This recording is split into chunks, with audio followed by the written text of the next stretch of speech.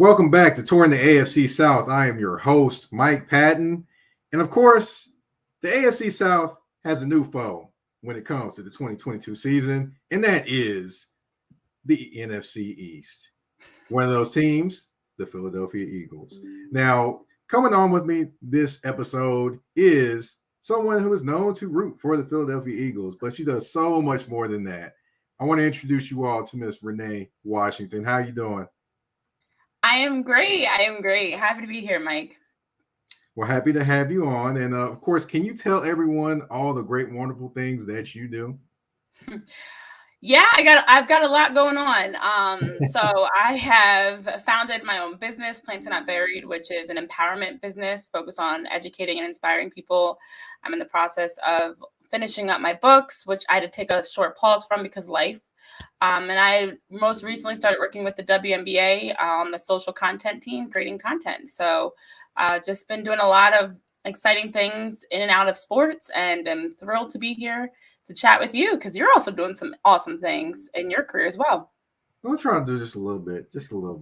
But now, one thing I will say is how I definitely got introduced to you was, Beyond the Headlines, your podcast. Definitely listening to that. You have some great, amazing guests that, talk about some great and wonderful things that they're doing and are still doing. So I want to commend you for starting that and giving folks a platform for doing that as well. But, let's get to how you got to there first. Okay, we got to get to the first thing, which is your career in soccer. Now, for those that don't know, I'm sitting with a All-American and a Hall of Famer, might I add.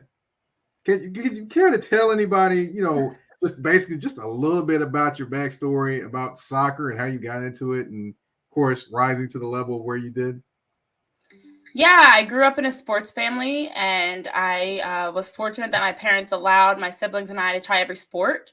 Basketball and football have always been the main sports of my family, though. I grew up watching the Eagles, the Sixers, going to games, going to Liberty Mystics games, just actively involved in basketball and football from a very young age. And so I played basketball. I'll jokingly say I probably could have been good at football. But in terms of soccer, it was a sport that stuck. It was a sport that was the most natural for me. And I wasn't good at softball. I'm a solid swimmer, but from a recreational purpose only, and now strictly floating. And tennis, same thing, was more for fun, but soccer was the one, and I, from a young age, was just so in love with it that I was always playing soccer with kids of all ages. I was the kid walking around with a soccer ball. I was the kid that was just jumping in with anybody and everybody to play, whether it was in my house, in my yard, with my neighbors, with friends. Everything was soccer. So for me, I'm just so blessed to have had the career that I did. And I never expected to get to that point at all, to have opportunities like I did, to break records, to be a part of historic moments, to even have a chance to get into professional soccer, which at the time I realized just was not for me. And it was time to make a move into coaching college soccer. So, soccer has opened a lot of doors for me. And it's crazy to me now because it used to be my entire life. And that's all I knew. I sacrificed. I missed things. I was always on the soccer field. And now it feels like it was a whole different life time for me when I talk about it, because I'm like, all those years now, they flew by. And a lot of people don't even know that I played soccer. They don't know me anymore as Renee the soccer player, which is weird to me because that was my entire identity growing up. I was the jock. I was the one that was out playing with all the kids, especially the boys, racing and playing whatever sport. And now I'm on a different side where people don't see me as that, but it all started on the soccer field. In terms of sport.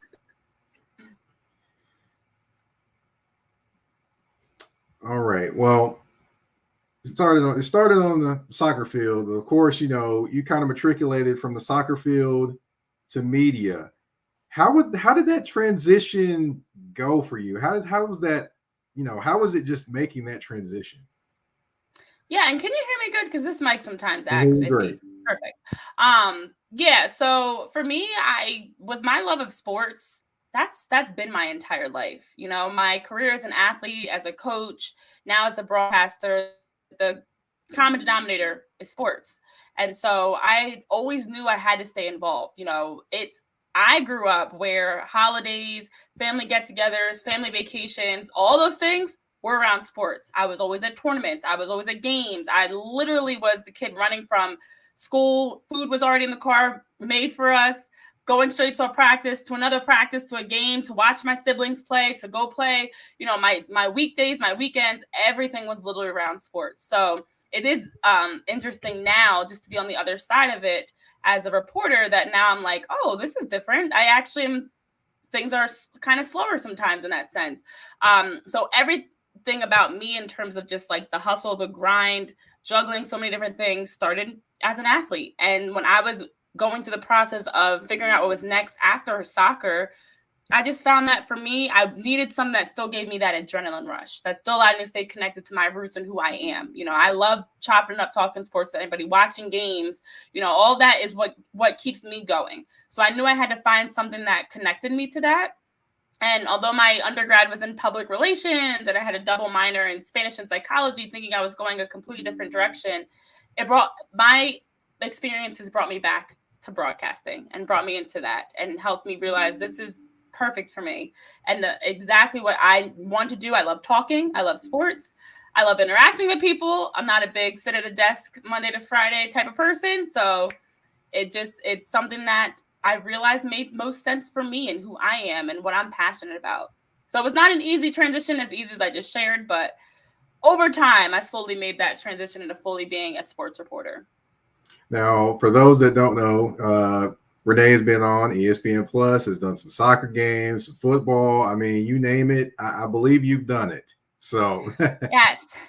Sideline reporting, play-by-play, color commentary, radio, TV, digital. I've done a lot, even down to racing. I've covered every single sport now, since I just recently did a swimming and diving meet for the Ivy League Championships a couple months ago. So I am thrilled that I've had the chance to not only work in sports, but work in so many different sports, so many different roles, meet so many incredible people like yourself, and learn so much about just the different aspects and perspectives that come with covering sports.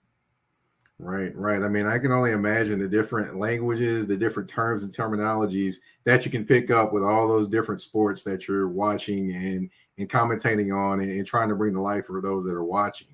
Now, speaking of bringing to life, the Eagles brought to life the city this year when they made the playoffs. I mean, honestly, I didn't think they would make the playoffs, but they did. And of course, Jalen Hurts, there's questions there. There's questions of what all they're going to do around their team. So, what are your thoughts about them going into the draft this year?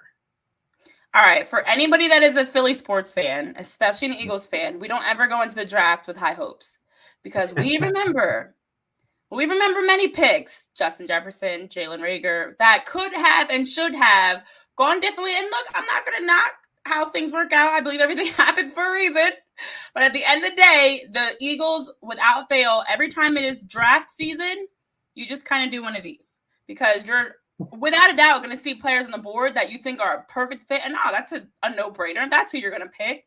And then, nope, we go a different direction. So I'm not overly optimistic going in the draft. I'm just keeping things even keel and expecting the worst, hoping for the best. But honestly, as an Eagles fan in general, I just think everybody has to calm down. As a former athlete myself, I can say it is hard to go into any new environment and step right in and just hit the ground running. There are not many players across sports in general that can do that. I mean, you look at some of the best players in their respective sports. Yes, Tom Brady did it in Tampa Bay, came right in and was able to win. LeBron, with his team changes, took time. The best players take time. And I expect nothing different from someone like Jalen Hurts. So I know that everybody's ready to throw him to West Jabip because we feel like he's not the guy. I don't know if he is the guy for the next 10 years, but I think it's worth giving him a shot for another year or two and seeing what happens. And honestly, the Eagles have a young team. So that's why for me, the draft is more about, can we pick up some depth? Can we pick up some more players, especially in the wide receiver position? Maybe a linebacker. There are some roles that they definitely can use more youth and depth. But overall, when it comes to the draft, I'm just excited to just see where players land and not overly optimistic about the Eagles. Wow. Spoken like a fan of the Eagles. I'm just kidding. No, you know what? I'm a realist, and I can call a spade a spade. We don't do well in the draft, ever. There are a lot of years I can look back, and I'm like, perfect. DK Metcalf, Justin Jefferson, Russell Wilson, that players that we missed, passed up on, could have traded up for, CeeDee Lamb, the list goes on and on, but it's fine. Everything's fine. This is fine. Now, I'll be remiss if I didn't ask, how did you become an Eagles fan? I didn't ask that question. I would love to hear this story. Born and raised. I come from an Eagles family. We bleed green. We are repping Eagles gear. We are watching on Sundays and Mondays and Thursdays. We're going to games.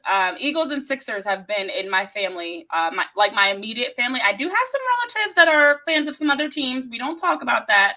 But my immediate family, we are true Eagles fans. So we are ride or die. And I'm not a bandwagon fan in that sense of like when things aren't going well, I'm ready to jump ship. I'm here through it all. I know there's going to be, and there have been some ups and downs, but I'm here through it all. And at least I got to see a Super Bowl in the last, years. So that's true. That's true. Now, the Eagles weren't necessarily the most, active team in free agency. They did bring in one man that rushed the passer, I believe, from the Carolina Panthers. I believe Hassan Reddick, who went to Temple, I believe. So it's like him coming home. But other than that, weren't necessarily the most active. Were you surprised? Did you expect more? Were you shocked that they brought Derek Barnett back? What are your thoughts? No. Howie in the front office, they just don't really ever surprise me at this point. Like I said, when it comes to any offseason moves, we're just going to ride it out. I do think in general, the Eagles do need, like I said before, it's youth and depth are the key areas. So sometimes I feel like, and I'm not in these decisions, so maybe they're harder than they seem, but it does feel like we often overthink things. It is what it is. So I'm not sure what the draft is going to hold. I'm not sure what the next couple months will hold. There's always a trick up our sleeves somehow, but I was not surprised. Like I said, as an Eagles fan, and for anybody that's watching, tuning in as an Eagles fan, you feel my pain of we just know this is how it is. This is how it is. We'll go into the season without a roster that has the pieces needed. The pieces are always there. Like they're the same from last season as they were the season before of what's needed. We won't address it. We'll go into the season. We'll Band-Aid things through. We'll have the underdog mentality. We'll grind out some games, make some surprising wins, and do it all over again the next year. All right. Well, you're not necessarily facing the same division you faced last year. You're facing the AFC South, which would be the Titans, the Colts, the Jaguars, and the Texans. Now, two of those teams are teams that plenty of people are looking forward to potentially make the playoffs again. And two of those other teams have been cellar dwellers for the last few years. Now, what do you think about these teams and your Eagles against these teams this year? I know the Titans, I got to give it to them.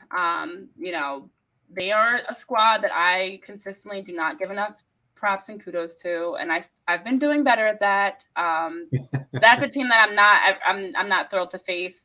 Jacksonville, I'm interested to see what they're going to look like. I think one of the exciting things that I always love coming into any new season is trying to figure out how do players fit? How do these moves fit? What are they going to look like? How are they going to mesh and gel? And what's their on-field kind of chemistry going to look like? And for Jacksonville with a crazy season last year, I think that they had to blow things up a little bit and make some pivots and see what they can do. So those types of teams are the ones that scare me the most. As an Eagles fan, and there are a lot of teams that are in the same situation. It's those underdog teams that you don't really expect much from. The Colts moved our former quarterback, Carson Wentz, Jacksonville with Trevor Lawrence. These are the teams that are like the sleepers that it's like, this is let's go in, let's steal a win and get out, and we somehow don't. But the AFC South, as a whole is always competitive, regardless what the standings may look like.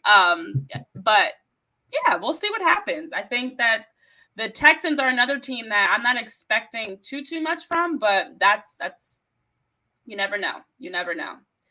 But the Titans, I will finally, Mike, give you guys some kudos because they consistently have been at least doing the bare minimum, getting to the playoffs and going from there. Well, you wouldn't say that if I did bring up the names Vince Young and Javon Curse and see who else can I bring up? Dorial Green Beckham. Yeah, those three names didn't pan out too well when they were wearing the Eagles green. But that's another thing. That's how we do. That's what we love to do. That's a Philly sports curse, actually, where players with our teams are average, a little below average, and then go off to have like an all-star, MVP, win a championship caliber type of career. So that's just how we do. We just help.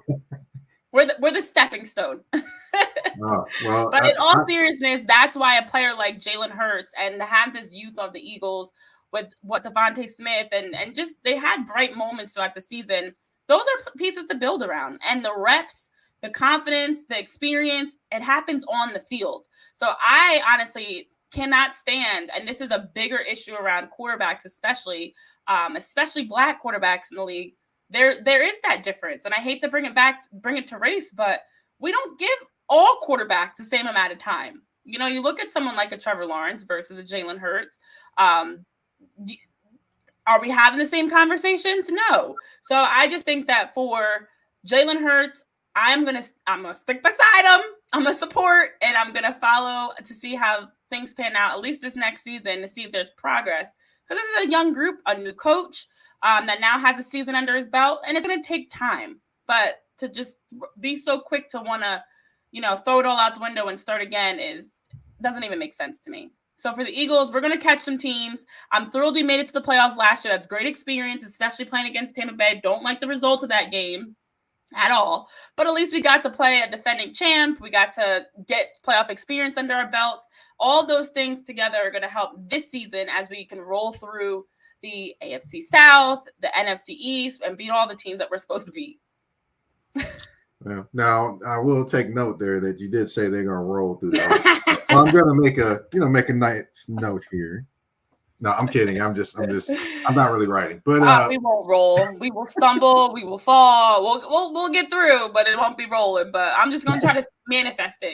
Speaking of, I understand. You got to speak it and believe it, right? Speaking and believing, it's time for a game. Oh boy!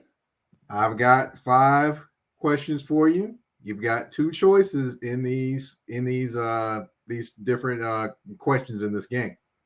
Are you ready? I think. All right. We've got Donovan McNabb or Michael Vick. Vick. Okay. And I will take Vick any day. I cannot stand. Look, I'm not going to ever condone dogfighting. I'm not saying that. Michael Vick, he was a bad man. He was a bad man on the field. And if we're looking at just talent, football alone, I'm taking Michael Vick. The rest can go, but if we're putting on a team on the field, it's Michael Vick. Sorry, Donnie. I'll never forget the play against the Washington Commanders now. First play of the game, deep bomb, Deshaun Jackson touchdown, and the route was on. I'll never forget that game.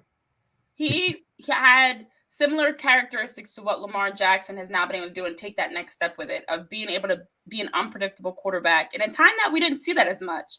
He was a little ahead of his time in that sense. He can throw deep. He could run. He was agile. He was athletic, but he was smart and read the field well. And yeah, was a tremendous quarterback that wish things had panned out differently in Philly, but Michael Vick for sure. All right. And in the toward the AFC South inbox, of course, Damien Adams. Oh, wow. McNabb got y'all to a Super Bowl. So he obviously disagrees a little bit there. All right. The 4th and 26, Freddie Mitchell, McNabb. I love it. Actually, had talked about that with close friends of mine, some of them actually being Eagles, such as Freddie Mitchell. An incredible moment for Philly sports fans and Philly sports history. So, Damien, I know that's tough. But for anybody that was on the inside of the Eagles, and I'm going to put myself there, even though at that time I was very young. But now having had conversations with a lot of those former players, it's Vic. There's some, it's not all the grass is not greener on the McNabb side. Let's just say that. There's a lot of behind the scenes chemistry, controversies that we just seen the tip of the iceberg. So it's Vic. Gotcha. Okay. All right. So I've got another one for you. Another former Eagles quarterback, Carson Wentz or the NFC West. Which one do you not NFC East? I'm sorry. The rest of the NFC East. Which one do you not like the most? Oh, that's a terrible question. It's the NFC East. I'm different. I'm totally different. I think it's my former athlete perspective because Carson Wentz could not stay healthy, but it all started, it was like year after year, knee, back, concussion of just injuries. And it takes time to recover from injuries, especially at the highest level, mentally as well as physically. So I just think that it's a shame because Carson in his prime, when we won the Super Bowl, of course, he didn't physically play in the Super Bowl, but led the Eagles. And then Foles took us from there. And Foles we trust.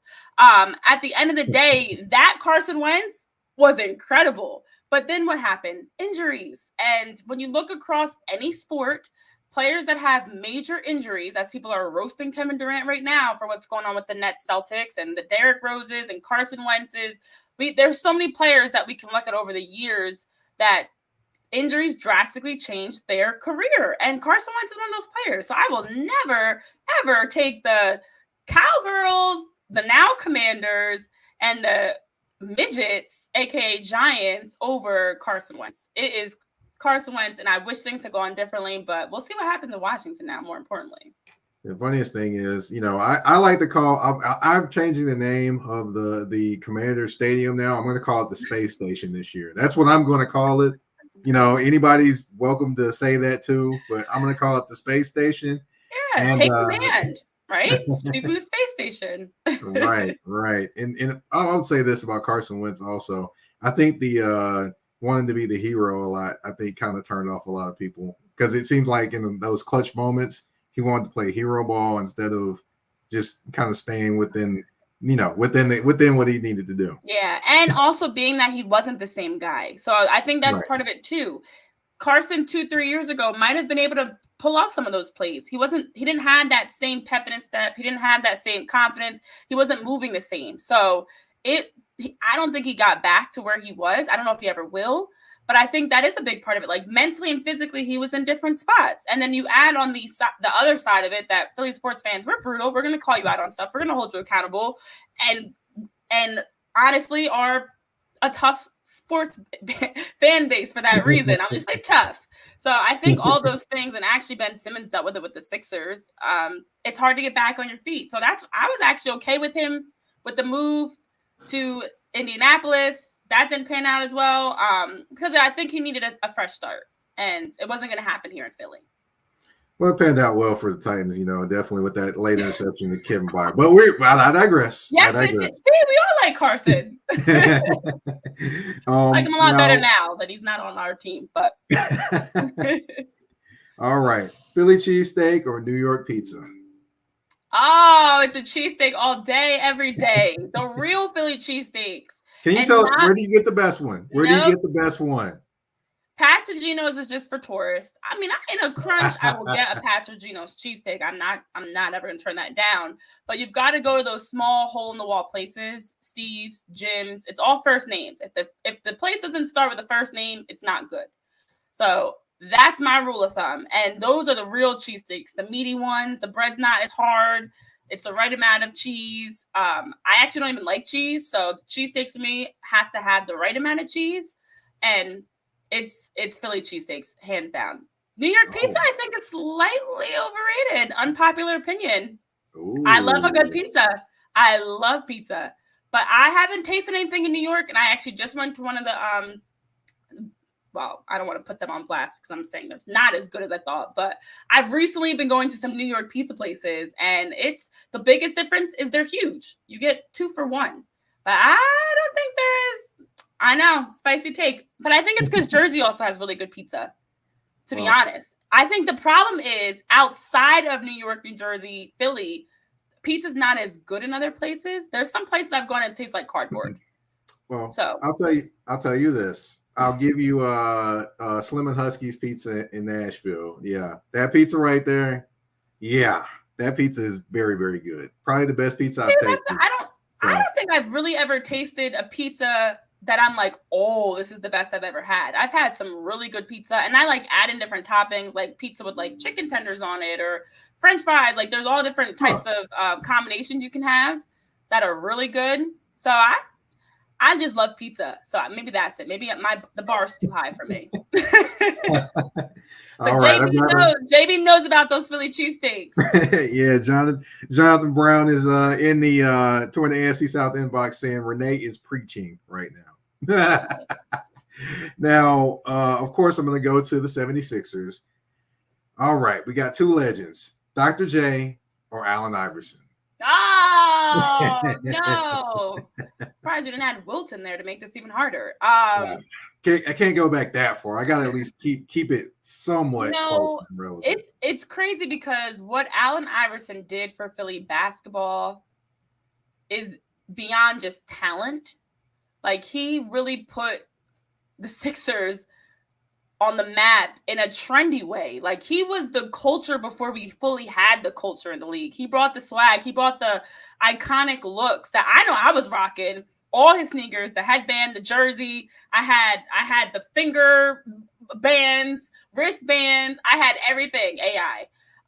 So what he did for like sports fans was different. But Dr. J, I think the biggest difference is I'm picking Allen Iverson. Let me start with that. But I think the biggest difference is Allen Iverson reached all generations. You know, his mom braiding his hair on the bench, the looks, his different comments, his like swag that he brought and personality. Dr. J, although I'm a huge fan, his generation, that's my parents. Like the next generation didn't feel that trickle down effect. I think though, if you ask kids, if you ask your daughter, if you ask kids, they might say Allen Iverson still. It's like they still would recognize that. So I would say for the culture, Allen Iverson, talent-wise, Dr. J. So it kind of depends on which lens you're looking through, if that makes sense. Gotcha. Yeah. So the From and the Chucks were absolutely big. I agree, Damien. It's a tough question. But I think Allen Iverson for guards, for cornrows, for sneakers, for headbands, and just he beyond just the Sixers, literally changed so much for the culture and society, and even for basketball players. I was number 3 because of Allen Iverson. Like it's hard to pick against him. It's hard. That's a tough question, actually. But I'm gonna stick with Allen Iverson. The answer is Allen Iverson. Well, again, Damien in the 20 AFC South inbox, of course. I feel like Dr. J had an AI-like impact for his generation with the Pro and the Chucks. So he did. He definitely did. I get that. So maybe the hard part is since I'm younger, the impact is more on my parents. Like if you ask this question to my parents, they still love Dr. J. And I think that Allen Iverson changed my generation, but he also kind of, when you look at today's basketball, I see some Allen Iverson hints in there. You know, you see with different players, the handles, the different like identities they bring on and off the court. I see some influence from Allen Iverson. So I think he was influential in a bigger way, probably because of social media and all that came with just his generation. But talent-wise, it's Dr. J. If I'm picking a team, it's Dr. J. If I'm picking change the culture, change the team, change the environment, get more fans and seats. But Dr. J, I don't know. All right, don't ask me any more about it because now I'm going back and forth because Dr. J definitely brought Philly back. Okay, I'm going to still stick with that. I got one last question for you. Now, I know you've seen one of these. I know you've seen one of these already, so it might not be as tough a question for you. NBA title for the 76ers or NFL title for the Eagles? Ooh. See, I remember when the Sixers went to the finals in 2001 and the famous step over Ty Lue moment and how exciting that was. And then obviously I was there when the Eagles won the Super Bowl, and I was literally in Philadelphia running the streets with everybody else. Man, Mike, you have stumped me again. I'm gonna go with. See, the Eagles Super Bowl was the first, so it was like this. The Sixers have had titles, and the Sixers have won and been there, but the Sixers haven't won in a while. So I'm gonna, because of how recent it was. No, you know what? I'm gonna stick with the Eagles, actually, because if the Eagles win the Super Bowl in the next 5 years, that's surprising a lot of people. The Sixers, realistically, especially once they brought in James Harden and with Joel Embiid, hopefully can stay healthy. Not thrilled about that, but they're primed to win a title, or at least be in contention for a title. The Eagles right now are not looking like they're a team. They're barely got in the playoffs last year, not looking like a Super Bowl contender. So if in the next 5 years, if either team had to win a title and the city would explode, it'd be the Eagles. But if either team won a title, the city would still explode, period. But I'm going to go with the Eagles because that would be way more surprising. The Sixers have actually underperformed the last few years. They should have at least come out of the East. They should have been a better team overall. And they definitely should have gotten to an NBA Finals in the last few years, and they haven't. So they're underperforming, whereas the Eagles are just struggling. There's a difference. So I'm going to go with the Eagles, but I would love either. But there you have it. I will say this. Damien did comment again in the tournament AFC South inbox. I feel like John Morant is AI with Russ athletic ability. Yes.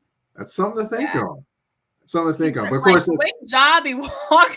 He'll score on you, walk down the court, be talking trash, block your shot on the other end. That is Allen Iverson. And then Russell, athletic ability. I see some of that like younger Russell Westbrook. I mean, he's under a lot of heat right now in general, but that way that Westbrook and AI just played. Ja has that too. They just play. It's not like every game you know what you're going to get. And that's why I was picking AI. I mean, again, Dr. J was a different time, but AI was just a dog. Like he put the team on his back. He brought it all the time and definitely was that player that you were like, I'm coming to see him, Right. So that's a tough one. I like that question. I'm thinking. Well, I'll say this. It's definitely been an entertaining and eventful episode. You definitely brought a lot of energy. Of course, you brought the Philly swag to the show. So I will say thank you for coming on. Thank you for answering my questions. Good luck to the Eagles in the draft. Hopefully they make you smile instead of frown and look confused. You never know. They might mess around and do something great. But, I just want to thank you again for coming on. Thank you for telling everyone what you're involved in, what you're doing. And if you can, let everyone know where they can find you on social media, what you're working on, whatever you want to tell anyone that's listening or watching. Yeah. Well, you can follow me everywhere. I'm at Renee P. Washington. I am on Facebook, Twitter, Instagram, YouTube. I have a website, ReneePWashington.com. I am now even on TikTok. So I'm very easy to find at Renee P. Washington across literally all social media. Unpopular opinion, the Sixers and the Eagles are going to win a title in the next decade. Okay. I'm gonna speak it into existence. Both. Yep, it's happening. All right. I'm just gonna say it. I'm just gonna speak it into existence. It's happening. All right. Well, we shall indeed see. We shall indeed keep up with it. Thank you for coming on. Thank you, everyone, for listening and watching. You've been tuned in to Touring the AFC South with your host, Mike Patton. We're out.